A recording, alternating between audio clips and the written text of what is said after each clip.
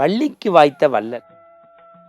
உங்களுக்கு தெரியும், முருகப்பெருமானுக்கு வள்ளி தெய்வானைன்னு 2 உண்டு. இந்த முருகப்பெருமான் கொஞ்சம் காதல் வயப்பட்டவன். அதாவது இச்சாசக்தி கிரியாசக்தியை தான் வள்ளி தெய்வானைன்னு சொல்லுவாள்.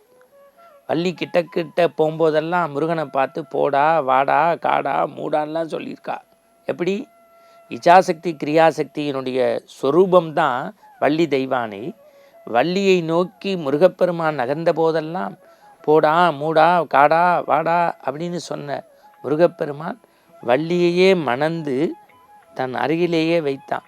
இன்னும் நீங்கள் சொல்லப்போனால் திருநெல்வேலியை தாண்டி நீங்கள் நாகர்கோவில் அந்த தூத்துக்குடி பகுதி போகிறவங்களுக்கு தெரியும், வள்ளியூர் அப்படின்னே இருக்குது. அங்கே பெரிய முருகன் தலம் இருக்குது. அங்கே பனங்களங்கள்லாம் உணவாக கொண்ட மரபிலே வள்ளி தோன்றியதாக ஐதீகமும் அதற்கான காலச்சுவடாகிய சான்றுகளும் இன்னும் இருக்கிறது.